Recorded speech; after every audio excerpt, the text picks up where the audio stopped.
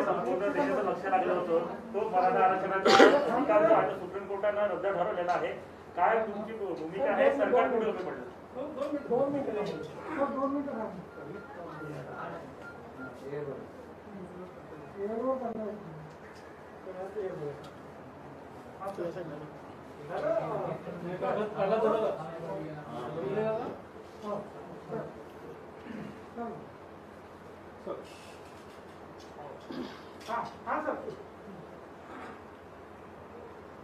मराठा आरक्षणाच्या संदर्भात आज आलेला निकाल हा दुःखदायी तर आहेच, पण अत्यंत निराशाजनक अशा प्रकारचा सर्वोच्च न्यायालयाचा निकाल आहे.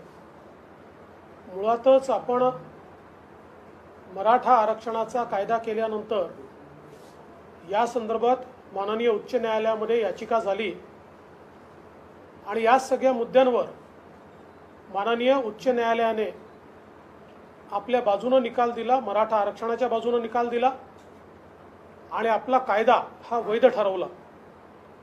त्या विरोधात माननीय सर्वोच्च न्यायालयात अपील झाली, हा वैध ठरवला. त्या विरोधात माननीय सर्वोच्च न्यायालयात अपील झाली. मी त्याच काळात मुख्यमंत्री होतो. आपण माननीय सर्वोच्च न्यायालयामध्ये अत्यंत मजबूतीनं बाजू मांडली.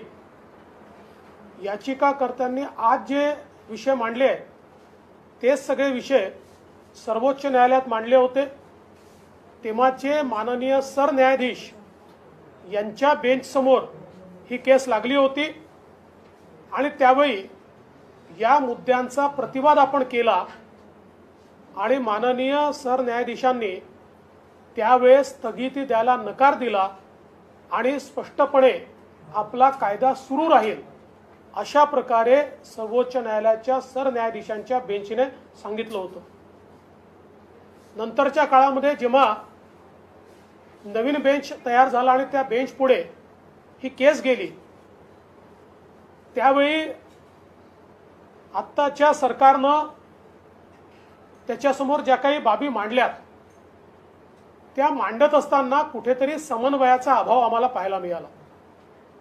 2-2, 3-3 वेळा वकिलांना आमच्याकडे माहितीच आली नाही असं सांगावं लागलं, आम्हाला इन्स्ट्रक्शन्स नाही असं सांगावं लागलं आणि त्या माहितीअभावी केस ॲडजन करावी लागली.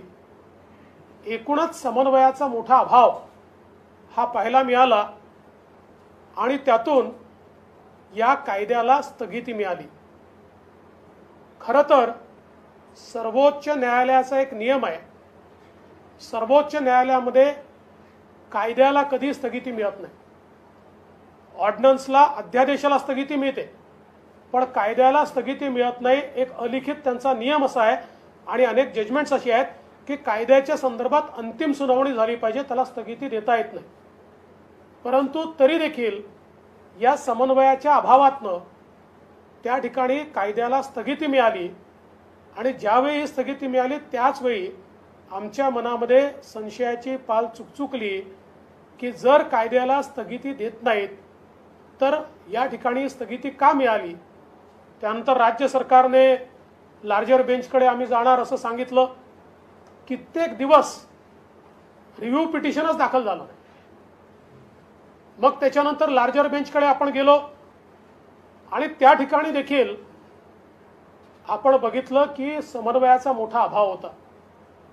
गायकवाड कमिशनच्या रिपोर्टचं ट्रान्सलेशन हे सातत्याने छत्रपती संभाजीराजे देखील सांगत होते, हे ट्रान्सलेशन झालं पाहिजे. इतर याचिकाकर्ताही सांगत होते पण ते शेवटपर्यंत होत नव्हतं. एवढंच नाही तर ज्यावेळी कोर्टाचा असा एक त्या ठिकाणी माननीय कोर्टाने त्यांचा एक समज झाल्यामुळे विचारलं की असं कसं गायकवाड कमिशनच्या रिपोर्टला कोणीच विरोध केला नाही किंवा कोणीच त्यांच्यासमोर कसं बोललं नाही, म्हणजे हा काय एकतर्फी रिपोर्ट आहे का? त्यावेळी आमच्या वकिलांजवळ ही माहिती ही द्यायला हवी होती की हजारो ॲप्लिकेशन्स जशा बाजूच्या आल्या तशा विरोधातल्या आल्या आणि त्या प्रत्येक विरोधातल्या ॲप्लिकेशनला गायकवाड कमिशननी हिअरिंग दिलं, विभागात जाऊन त्या ठिकाणी बोलवून, आणि त्या हिअरिंग दिल्यानंतर त्या प्रत्येक अर्जाचा कायदेशीर निपटारा केला. म्हणजे हा काही एकतर्फी तयार केलेला अशा प्रकारचा रिपोर्ट नव्हता, सगळी प्रोसेस फॉलो करून तयार केलेला हा रिपोर्ट होता. गायकवाड कमिशनने 50% वर आरक्षण का दिलं पाहिजे आणि कसं ते इंदिरा साहनीने त्यांच्या म्हणजे केसमध्ये जे सांगितलं आहे त्या मॅन्डेटमध्ये कसं बसतं या संदर्भात सगळी माहिती त्यात दिली होती. दुर्दैवाने आपण सर्वोच्च न्यायालयाला ते योग्य प्रकारे पटवू शकलो नाही आणि म्हणून माननीय उच्च न्यायालय किंवा त्यानंतर चीफ जस्टिसच्या बेंच पुढे आपण जे करू शकलो ते या ठिकाणी होऊ शकलेलं दिसत नाही आणि त्यातनं त्यांनी 50% वरचं आरक्षण देता येणार नाही असं सांगून हे आरक्षण रद्दबातल केलंय. हे करत असताना आश्चर्याची गोष्ट अशी आहे की इतर सगळी जी राज्य आहेत त्या जवळजवळ 9 राज्यांमध्ये आज 50% वरचं आरक्षण आहे, ते मात्र रद्दबातल झालेलं नाही, त्याच्या केसेस चाललेल्या आहेत. पण ही केस मात्र या ठिकाणी निकाली निघून आणि हे आरक्षण रद्दबातल झालं आहे. त्यामुळे याही संदर्भात मला असं वाटतं की एक अत्यंत वेगळी अशी परिस्थिती आपल्याला पाहायला मिळते. अनेक बाबी याच्यामध्ये आहेत की ज्या आपण योग्य प्रकारे कोर्टाला पटवून देऊ शकलो नाही.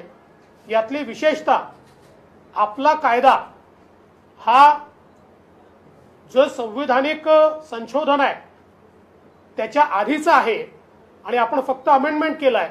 ही जी भूमिका आपण माननीय उच्च न्यायालयात मांडत होतो त्यापेक्षा वेगळी भूमिका किंवा ती भूमिका थोडीशी कमी मांडून वेगळ्या भूमिकेकडे आपण सर्वोच्च न्यायालयात का वळलो हा देखील एक प्रश्न आपल्यासमोर या ठिकाणी उपस्थित होतोय. आणि त्याही संदर्भात आपल्याला कल्पना आहे की केंद्र सरकारने स्पष्ट भूमिका त्या संदर्भातली सर्वोच्च न्यायालयामध्ये मांडली होती आणि असं असताना देखील आपण कुठेतरी आमचा कायदा हा आधी तयार केला आणि आता फक्त अमेंडमेंट आहे हे त्या ठिकाणी सांगू शकलेलो नाही. एकूणच या संपूर्ण निर्णयामध्ये थोडंसं समाधान एका गोष्टीचं आहे की किमान ज्या लोकांना मागच्या काळात आरक्षण मिळालं त्यांचं आरक्षण टिकलंय. मला असं वाटतं की 9/9/2020 पर्यंत ज्यांना आरक्षण मिळालं आहे त्या सगळ्यांचं आरक्षण जे आहे ते या ठिकाणी कायम ठेवण्यात आलेलं आहे. त्यानंतरचं मात्र आरक्षण हे रद्दबातल झालंय. आता या संदर्भात एक मोठा आक्रोश देखील आहे, परंतु माझी सगळ्यांना विनंती आहे की शेवटी सर्वोच्च न्यायालयाच्या निर्णयावर केवळ आक्रोश करून चालणार नाही, तर आपल्याला काय मार्ग काढता येतो आणि समाजाला न्याय देता येतो याचा अधिक आपल्याला विचार करावा लागेल. आणि म्हणून राज्य सरकारला आम्ही विनंती करतो की राज्य सरकारने या संपूर्ण निर्णयाचा अभ्यास करण्याकरता एक सर्वोच्च न्यायालयाच्या आणि उच्च न्यायालयाच्या ज्येष्ठ विधिज्ञांची समिती तयार करावी. त्यांनी अभ्यास करून यातनं कसा मार्ग काढता येईल आणि मराठा समाजाला न्याय देता येईल या संदर्भातली कृती करावी आणि त्या संदर्भात त्यांनी एक रिपोर्ट तयार करून सर्वपक्षीय बैठकीसमोर तात्काळ तो रिपोर्ट ठेवावा आणि त्यानुसार एक नीट त्याची रणनीती तयार करून आपल्याला पुढे गेलं पाहिजे. खरं म्हणजे न्यायालयामध्ये आपण न्यायालयीन लढाई लढत असतो, परंतु न्यायालयीन लढाई लढत असताना न्यायालयाचे देखील ज्याला आपण आपल्या बोलीभाषेमध्ये गनिमी कावा म्हणतो अशा प्रकारे काही कायदेशीर देखील गनिमी कावा असतो की ज्याच्यामध्ये शेवटी वेगवेगळे वकील वेगवेगळ्या गोष्टी मांडत असतात आणि त्यातनं आपली गोष्ट योग्य कशी आहे ती कायदेशीर कशी आहे हे पटवून देणं या संदर्भात देखील महत्त्वाच्या काही गोष्टी कराव्याच्या लागतात. मला असं वाटतं की आतापर्यंत जे काही झालं असेल त्यात ते दिसलं नाही आहे, पण भविष्यात हे देखील आपल्याला त्या ठिकाणी करावं लागेल. आणि मी ज्यावेळेस गनिमी कावा म्हणतोय त्यावेळेस त्याचा चुकीचा अर्थ कोणी काढू नये. मी स्पष्ट करू इच्छितो की न्यायालयीन पद्धतीमध्ये आपल्याला आपला मुद्दा बरोबर आहे म्हणून वेगवेगळ्या पद्धतीनं तो मांडावा लागतो आणि समोरच्या व्यक्तीचा मुद्दा चुकीचा आहे या संदर्भात वेगवेगळ्या प्रकारचे आर्ग्युमेंट्स आणि त्या संदर्भातले जे काही कायदेशीर दावे आहेत ते दावे आपल्याला एकावेळी चालवावे लागतात. तर मला असं वाटतं या सगळ्या गोष्टींचा विचार हा आता येत्या काळामध्ये होण्याची आवश्यकता आहे आणि म्हणून सरकारने तात्काळ या संदर्भात कारवाई करावी. आणि त्याचसोबत आता हा जो काही मधला काळ आहे या काळामध्ये किमान आपण मागच्या काळामध्ये मराठा समाजाच्या हिताच्या शिक्षणाच्या, स्कॉलरशिपच्या, रोजगाराच्या अशा वेगवेगळ्या योजना सुरू केल्या होत्या, ज्या योजनांना या सरकारने आता पहिले तर निधीच दिला नाही आणि त्यानंतर दाखवण्यासारखा निधी दिला पण प्रत्यक्षात तो मिळत नाही. आता किमान जोपर्यंत यातनं मार्ग निघत नाही त्या योजना अत्यंत वेगाने सुरू केल्या पाहिजे. मग राजश्री शाहू महाराज शिष्यवृत्तीची योजना असेल किंवा मेरिट शिष्यवृत्तीची योजना असेल, परदेशात शिक्षणाची योजना असेल किंवा अण्णासाहेब पाटील आर्थिक विकास महामंडळाच्या माध्यमातून जे काही आपण काम सुरू केलं होतं आणि विशेषतः श्री नरेंद्र पाटील यांनी तळागाळात जाऊन अनेक उद्योजक त्याच्या माध्यमातून तयार केले. मला असं वाटतं या सगळ्या योजना आता वेगानं आपण या ठिकाणी केल्या पाहिजेत. या सरकारला एक विनंती आमची अजून आहे की या सरकारनं कुठेतरी आपल्या कायदेशीर संपूर्ण ज्या व्यवस्था आहे त्या संदर्भात अधिक अलर्ट राहण्याची आवश्यकता आहे. कारण मागच्या काळात आपण बघितलं की जवळजवळ 14-15 महिने ओबीसी आरक्षणाच्या संदर्भात या सरकारनं उचित भूमिका मांडली नाही आणि केवळ तारखा घेत राहिले. त्यामुळे निवडणुकीत स्थानिक स्वराज्य संस्थांच्या निवडणुकीत ओबीसी समाजाला जे आरक्षण मिळालं आहे त्याच्यावरही गंडांतर आलं आणि तेही सर्वोच्च न्यायालयाने स्थगित केलं आणि अजूनही त्याच्यावर पुढची कारवाई या सरकारने केलेली नाही. त्यामुळे एकूणच सामाजिक न्यायाचे जे मुद्दे आहेत ते भाषणात न बोलता ते कृतीत आले पाहिजेत असं आमचं मत आहे. आणि अशा प्रकारची कृती करण्याकरता सरकार जे निर्णय घेईल त्या निर्णयाला विरोधी पक्ष म्हणून आम्ही पूर्णपणे त्या ठिकाणी समर्थन देऊ.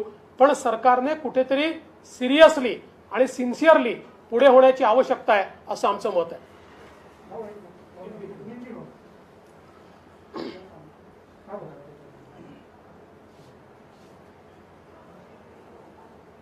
मराठा समाज को जो आरक्षण महाराष्ट्र में कानून के तहत दिया गया था उसको सर्वोच्च न्यायालय ने आज खत्म किया है, स्ट्रक डाउन किया है. हमारे लिए ये बहुत दुखद घटना है.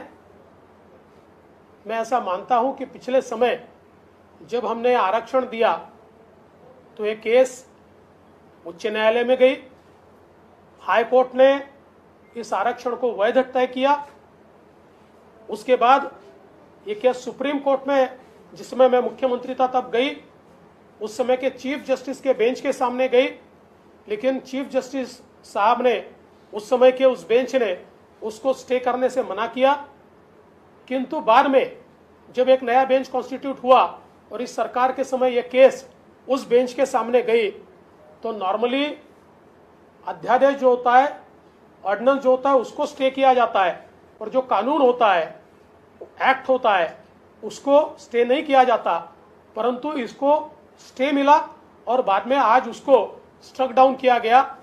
तो कुल मिलाकर इस सारे मामले में जिस प्रकार से राज्य सरकार ने ध्यान देने की आवश्यकता थी उसको राज्य सरकार ने नहीं दिया. जो एक समन्वय राज्य सरकार में और वकीलों में होना चाहिए था वो समन्वय भी हमको नहीं दिखा. कई बार राज्य सरकार के सुप्रीम कोर्ट में सीनियर काउंसिल्स को ये बोलना पड़ा कि हमको कोई इंस्ट्रक्शंस ही नहीं मिले, हमारे पास जानकारी ही नहीं है. और कुल मिलाकर आज जो फैसला आया है वो निराशाजनक है. अब हमारी सरकार से मांग है कि सरकार ने तुरंत इसके ऊपर सीनियर काउंसिल्स का पैनल तैयार करके और इसमें हम क्या रास्ता निकाल सकते हैं उसका एक पेपर तैयार करना चाहिए और सभी पक्षों को साथ में लाकर एक मीटिंग करनी चाहिए.